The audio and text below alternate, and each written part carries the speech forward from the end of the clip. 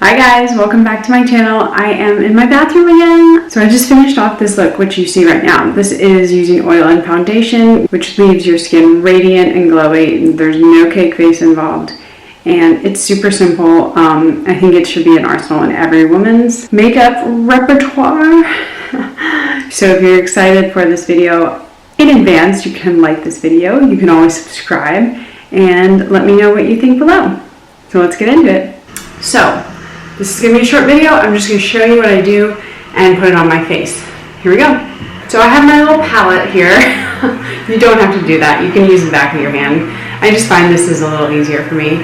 And then I am using one of my kind of most full coverage foundations that I own. Obviously there are more full coverage, but for me this would be it. This is the IT Cosmetics Bye Bye Foundation, and I have the shade medium. So I'm just going to start out by doing one pump onto my palette, which I did a full pump. You don't have to use all the product. It's not a mandatory part of this. The next step is I have jojoba oil. This is from Trader Joe's. You can use pretty much any carrier oil. I would say jojoba is a great one. Almond oil. If you don't like almond oil, don't use it. Coconut oil. Any of the big carrier oils, those would be good. They're not expensive. You can use them on your face. And they don't really interfere with like clogging pores or anything. So you can use 1 to 3. I mean, obviously this is not a rule, but I would say 1 to 3 drops would kind of be what you need. I use more just because I like a sheer coverage, but if you just want a little bit, just do 1. Okay, so now that we've got that on there, I'm just going to use my finger to mix it. And if you can see, this foundation is usually pretty thick, and this definitely helps sheer it out a little bit. And then I'm just going to use my fingers to put some on my face. And I have a damp beauty sponge, and I'm just going to use that to blend it on out. And I'm going to use the fat end. You can already see that I've got a nice glow forming from the oil. The Bye Bye foundation is definitely, I would say, not the most radiant foundation, so this is definitely good if you have something. I wouldn't say it's matte, but this is helping with the glow.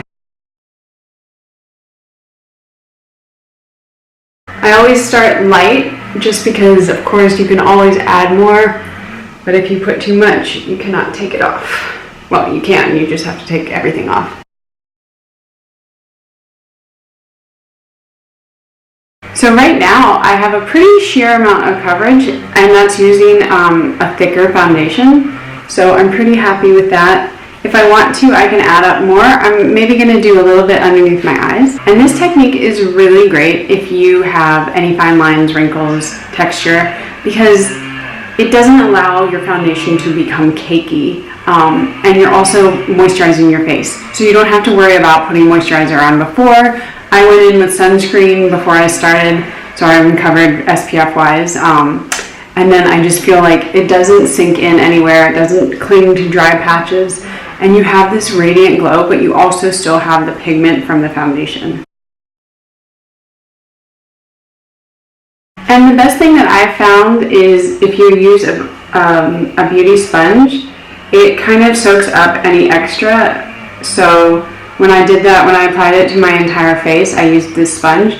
But if you want any areas that have just a little bit more coverage, but still that glossy kind of radiant finish, I'll just use my finger. You could use a brush as well, but for me, fingers are just easier. So my eyes definitely have a lot of pigment on the lids, and then of course like some dark circles, but that's why I use my fingers in those areas. So let's do a close-up, see what it looks like in any of my kind of like trouble areas. So this is typically where I have melasma. You can tell that it's not that bad, but it looks like skin. That's my biggest thing, is that I don't find that like you look like you have a face of makeup on. And this is ideal for me for the weekend. And then the last step in this kind of process is I use a setting powder. This is the Mineral Veil from Bare Minerals. I find that this is one of just the finest milled powders, and I use it really to set just the under eye and the eye area.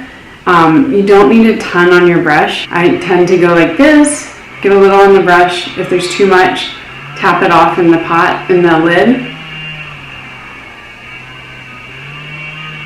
If you see beauty gurus doing this when they look up, putting powder on, it's just to reduce the amount of lines. So you're putting the powder there, and then it's going to set into place there. And then I'll just go T-zone. You don't have to do this. This just for me is kind of like where I may get greasy, especially I think it's going to be like 90 today, which it's officially fall, so welcome to North Carolina. And then I always set my chin area, just because I feel like this is where the makeup transfers the most on me. This area, like the bottom of my jaw and my neck. So this is the face. Obviously I'm going to put on a little bit of makeup just to finish it up. I look maybe a little weird with nothing else on. And then I will check back in and let you guys know what I think. Alright, so this is the final look. I just put on a little bit of, not much. I have some eyeliner, which I never use anymore, but I decided to do that today. This is the Maybelline Color Stay in, I forget the shade. I will post all of it below, but that's pretty much it. Then I just did mascara and some like brow. Nothing else, because it's Sunday and I am not doing a full thing right now.